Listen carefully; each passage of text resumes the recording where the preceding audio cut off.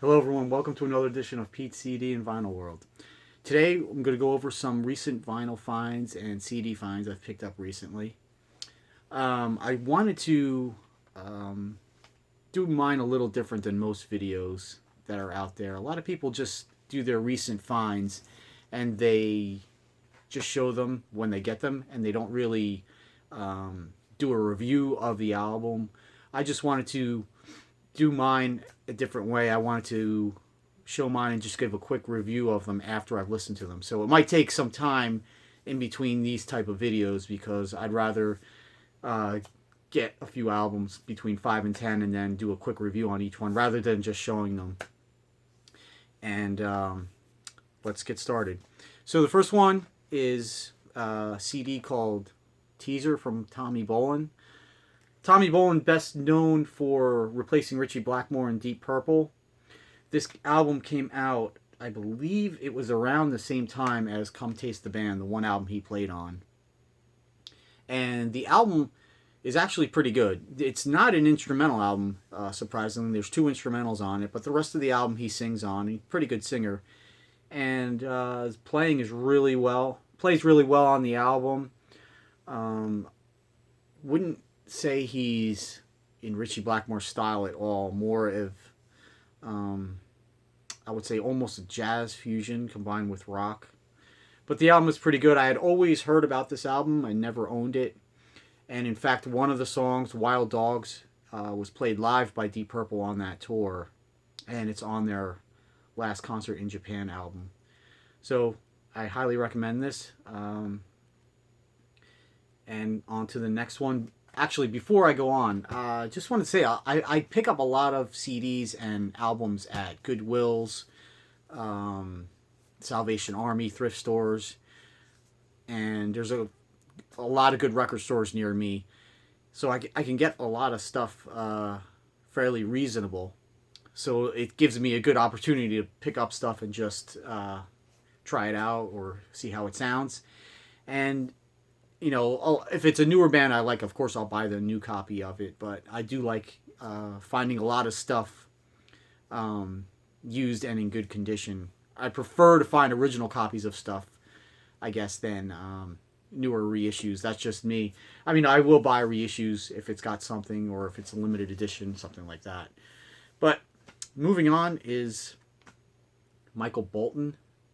And yes, that is the Michael Bolton. For those of you that don't know, Michael Bolton actually started out as more of a rock singer. He actually was in a band called Blackjack with Bruce Kulick from Kiss, and they released a couple albums in the early 80s. This is his first solo album. It came out in 1983. By this time, he changed his name to Michael Bolton. His name originally, his legal name, I guess, is Michael Bolitini. And even before that, in the late 70s, he had a couple of acoustic albums, I believe, under his real name. This is his first album. His first two albums are actually still in the rock genre. They're sort of AOR. Think Survivor crossed with Night Ranger, Aldo Nova, that type of music. The album is okay. The first song, Fool's Game, pretty good song. The rest of it is just pretty middle of the road AOR rock. It's all pretty good. The thing about it is his voice, you could tell, does not fit this style of music very well. And it's funny, I mentioned Aldo Nova. He does some background vocals and keyboards on here. And a voice like his would definitely be more suited for these type of songs. And I could see why eventually he switched over to more adult contemporary type music. He also, his follow-up to this was called Everybody's Crazy, which I want to pick up as well, just to hear it. But again, if you see this, pretty cheap. It's an interesting listen. Back in the day, the 80s and 90s, you know, my friends and I probably would have called this butt rock. It's not exactly, it's somewhere in between pop and hard rock. Stuff that would have been on like MTV. The best way to describe this music is, if you've ever seen a movie, say from the 80s or even early 90s, that has like a fictional rock band in it, kind of cheesy, that's what sort of this music is like. But again, it was interesting to listen to. And the guitars are pretty good on here. Bob and Bruce Kulick both play on this as well. Next up, it's not a recent pickup, but it was an album that I had picked up last year and only spun a few times. And last night I listened to it again just to remind myself. It's Wings at the Speed of Sound. And this has two of its biggest hits of the 70s, Let 'Em In and Silly Love Songs. But overall, the rest of the album is just kind of like, this album, I think, is the first one where other members of the band sang songs. So all the other members sing at least one song, including Linda McCartney. She has a song called Cook of the House, which is just kind of a joke song, I guess. But even the other McCartney songs aren't that great. And I've read some reviews of this album. Some people love it, some people hate it. And to me, I agree on the later. It's not that great of an album. The two songs that are well known, Let 'Em In and Silly Love Songs, are great songs. I remember them from my childhood. The album sounds pretty good. The production's great. But there's just no resemblance of any rock and roll on this album at all. And early on, Wings had some pretty rockin' songs, even up until the album before this, Venus and Mars. This I would pretty much classify as more yacht rock, I would say. Because that's the term they use for a lot of this late 70s. But again, I'm not sure. I mean, I guess the record company thought, okay, we got a couple singles on here, so go ahead. But I guess nobody wanted to tell Paul McCartney, hey, it's just not that good. But again, if you see it for a reasonable price, pick it up. Next album up is Lou Reed, Rock and Roll Animal. This is a live album that Lou released, I believe, in 1975.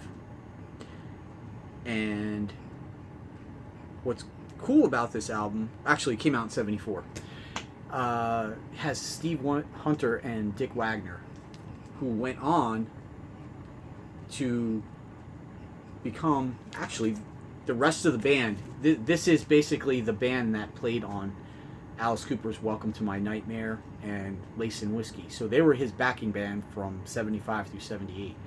So they're his backing band on this Lou Reed live album. I'm not a huge Lou Reed fan. This is the era that I like of him. Transformer, Rock and Roll Animal. So I had heard this live album a long time ago. I just never had picked it up. And it's pretty good. His vocals are what you'd imagine they are, but the music is great. They have some extended solos. This album, I looked it up, is I believe a 1980 reissue. RCA, sometime in the 70s or early 80s, started reissuing albums and put this Best Buy series right on the cover. It's not a sticker. But again, I saw this in a thrift store and the album was really, really mint condition, so decided to pick it up finally, and it's a good album if you can find a copy of this. Moving on to an artist called Fiona. I had heard of this artist. In fact, in the late 80s, she had a video for one of her albums that had Kip Winger. That was a pretty popular song on MTV for a while. This is her first album. Came out in 85. And it's only got 8 songs on it. But it's typical AOR hard rock. Nothing special. The first song, Hang Your Heart on Me, is pretty good. What I found this interesting about this album is the album was produced by Pepe Marcello, who was the singer from the Good Rats, and he also co-wrote several songs on here. And Joe Franco, who played eventually in Twisted Sister, is the drummer on here. This is a promo copy. It's another reason I picked it up. And I sort of can see why this album was never caught any steam or picked up popularity. If you look at the front cover, it looks like she's sort of a pop star or that type.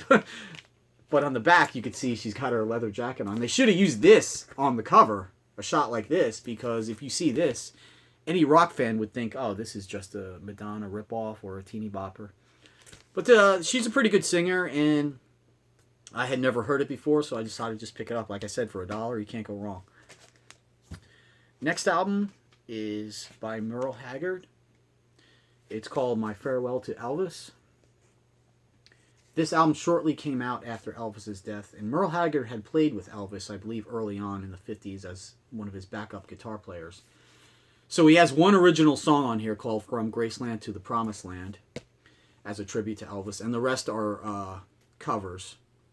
In the Ghetto, Don't Be Cruel, Jailhouse Rock, Love Me Tender, That's All Right, Heartbreak Hotel.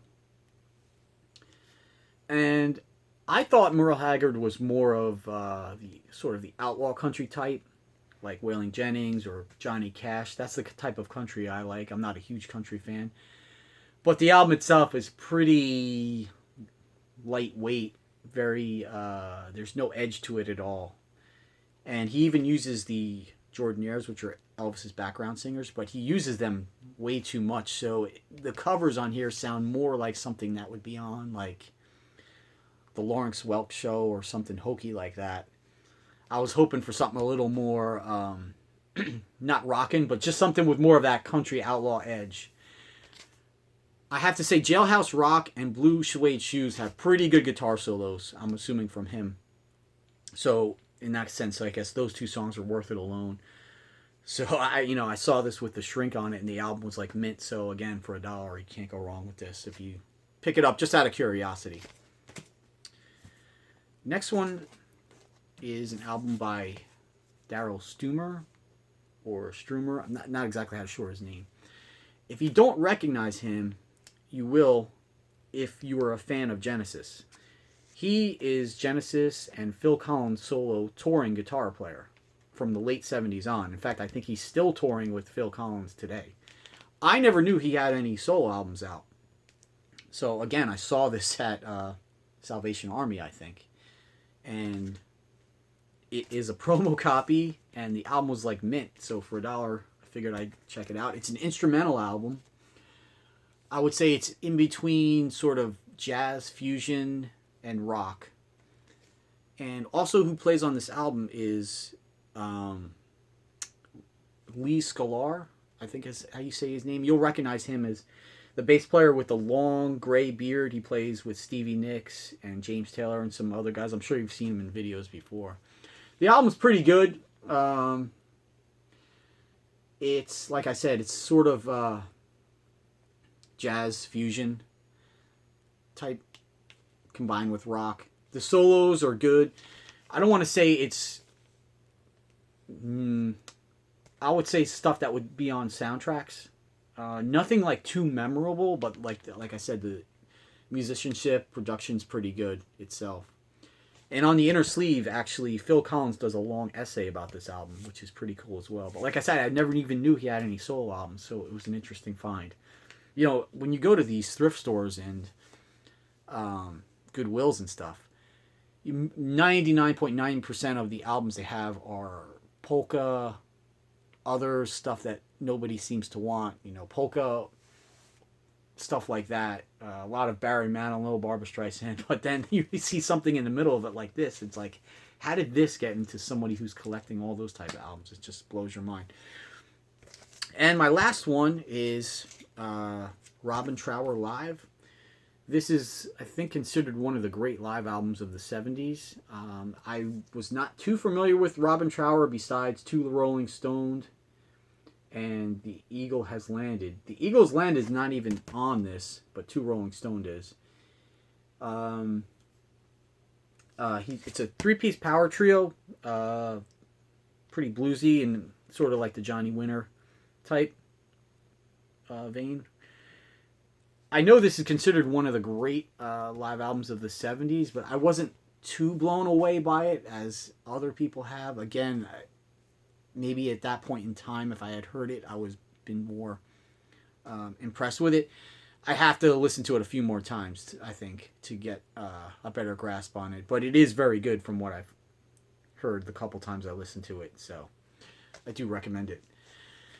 So that's it for this video. I got some other videos coming up this week, doing some worst to best studio albums from Queensryche, Cheap Trick, Van Halen, and Kiss probably. So if you're enjoying these videos, please subscribe and spread the word. Thanks a lot.